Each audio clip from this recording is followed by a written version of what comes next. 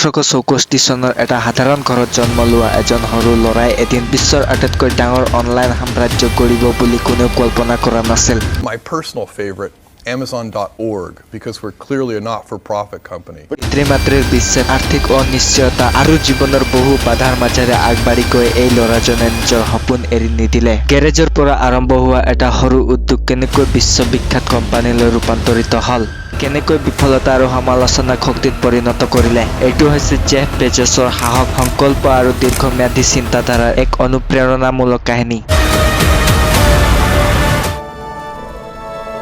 Jeff বেজছৰ জন্ম হৈছিল 1864 চনৰ 12 জানুৱাৰীত আমেৰিকাৰ নিউ মেক্সিকোৰ আলবুকাৰ্ক চহৰত। তেওঁৰ মাতৃ জেকলিন গাই জৰ্জেছনৰ বয়স তেতিয়া মাত্ৰ 17 বছৰ আছিল। তেওঁৰ জৈৱিক পিতৃ টেড জৰ্জেছন এজন বাইক দোকানৰ মালিক আছিল, কিন্তু বিবাহৰ এবছৰৰ ভিতৰতে বিচ্ছেদ হৈ যায়। সৰুতে পিতৃৰ পৰা বিচ্ছিন্ন হোৱাৰ পিছতো জেফৰ শৈশৱ কোনোমতে সহজ নাছিল। 4 বছৰ বয়সত মাতৃয়ে মিগুৱেল মাইক বেজছ নামৰ এজন কিউবান প্ৰব্ৰজনক বিবাহ কৰে। মাইকে জেফক দত্তক লৈ তেওঁৰ উপনাম দিয়ে আৰু পৰিয়ালটো হাউচন টেক্সাছলৈ গুচি যায়। মাইক এজন কঠোৰ পৰিশ্ৰমী ব্যক্তি আছিল, যিয়ে পৰিয়ালক ভালদৰে চলাবলৈ দিনে ৰাতি কাম কৰিছিল। জেফে সৰুৰে পৰা যান্ত্ৰিক বস্তুৰ প্ৰতি অতি আগ্ৰহ দেখুৱাইছিল। ঘৰৰ গেৰেজত তেওঁ বিভিন্ন যন্ত্ৰ বনাই বিদ্যুতৰ সৰু সৰু প্ৰজেক্ট কৰিছিল। এবাৰ তেওঁ মাক দেউতাকক সতৰ্ক কৰিবলৈ এটা এলাৰ্ম বনাইছিল, যাতে কোনোবাই দুৱাৰ খুলিলে শব্দ হয়। স্কুলতো তেওঁ অতি মেধাৱী আছিল। স্কুলত তেওঁ ভেলেডিক্টৰিয়ান হৈছিল আৰু প্ৰিন্সটন বিশ্ববিদ্যালয়ত কম্পিউটাৰ বিজ্ঞান আৰু ইলেক্ট্ৰিকেল ইঞ্জিনিয়াৰত ডিগ্ৰী লাভ কৰিছিল।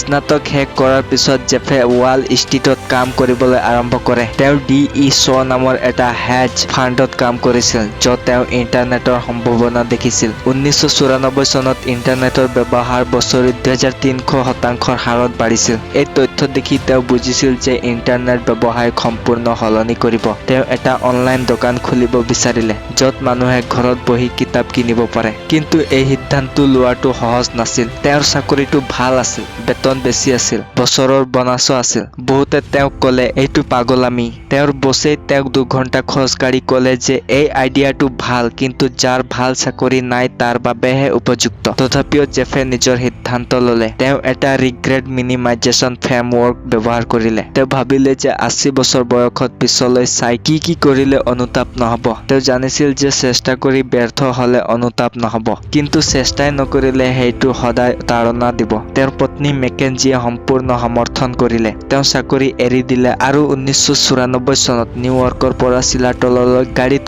যাত্ৰা কৰিলে। চিলাটলত তেওঁ গেৰেজত এমেজন আৰম্ভ কৰিলে। প্ৰথমতে কেৱল অনলাইন কিতাপৰ দোকান, কিন্তু প্ৰথম দিনাৰ পৰাই কঠিন সময় আৰম্ভ হ'ল। ধন নাই, টিম সৰু, গ্ৰাহক কম। জেফে নিজে কম্পিউটাৰত কোড লিখিছিল, পেকেজিং কৰিছিল, ডেলিভাৰী দিছিল। প্ৰথম বছৰত বিক্ৰী হৈছিল মাত্ৰ কেইবাখন কিতাপ, কিন্তু তেওঁৰ দৃষ্টি আছিল দ্য এভৰিথিং ষ্ট'ৰ, সকলো বস্তু বিক্ৰী কৰা দোকান। 1997 চনত এমাজন পাব্লিক হ'ল। কোম্পানীটোৱে লাভৰ পৰিৱৰ্তে বৃদ্ধিৰ ওপৰত গুৰুত্ব দিছিল। ইণ্টাৰনেট বাবল ফাটিল 2000 চনত।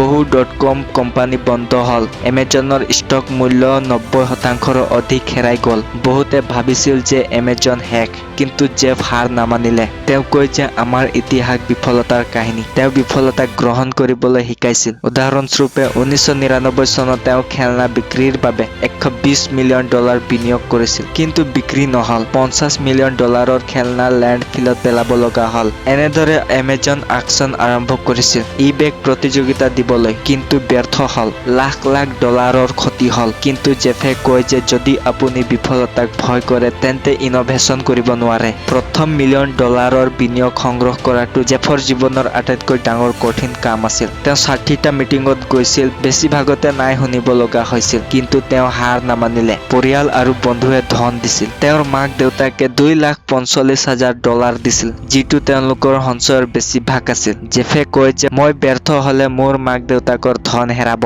কিন্তু চেষ্টা নকৰিলে নিজকে ক্ষমা কৰিব নোৱাৰিম। 2000 চনৰ পিছত এমেজন লাহে লাহে ঘূৰি আহিল। তেওঁ খৰচ কমালে, নতুন প্ৰডাক্ট যোগ কৰিলে, মিউজিক, ইলেক্ট্ৰনিক্স, পৰে কাপোৰ, সকলো।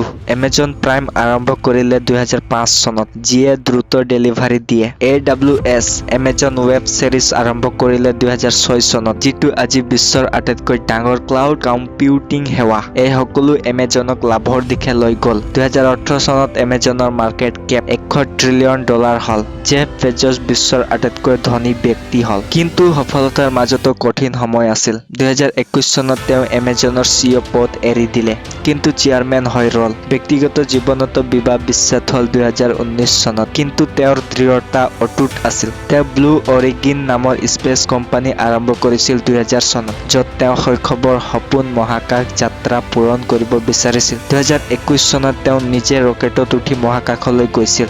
জেফ বেজছৰ জীৱনৰ পৰা আমি শিকো যে সফলতা সহজে নাহে। কঠিন সময়, বিফলতা, সমালোচনা, ধনৰ অভাৱ সকলো আহে। কিন্তু যদি আপুনি দীৰ্ঘম্যাদী চিন্তা কৰে, বিফলতাক শিক্ষা হিচাপে লয়, তেন্তে অসম্ভৱক সম্ভৱ কৰিব পাৰি। তেওঁৰ গেৰেজৰ পৰা আৰম্ভ হোৱা যাত্ৰাই আজি লাখ লাখ মানুহক প্ৰেৰণা দিয়ে। যদি জেফে সেইদিনা চাকৰি নেৰিলেহেঁতেন, তেন্তে এমেজন নাথাকিলেহেঁতেন। কিন্তু তেওঁ চেষ্টা কৰিলে, কাৰণ তেওঁ জানিছিল যে অনুতাপতকৈ বিফলতা ভাল। এইটোৱেই তেওঁৰ জীৱনৰ আটাইতকৈ ডাঙৰ শিক্ষা। সাহসেৰে সপোন অনুসৰণ কৰক, কঠিন সময়তো হাৰ নামানিব আৰু বিফলতাক সফলতাৰ চিৰি বনাওক। ধন্যবাদ।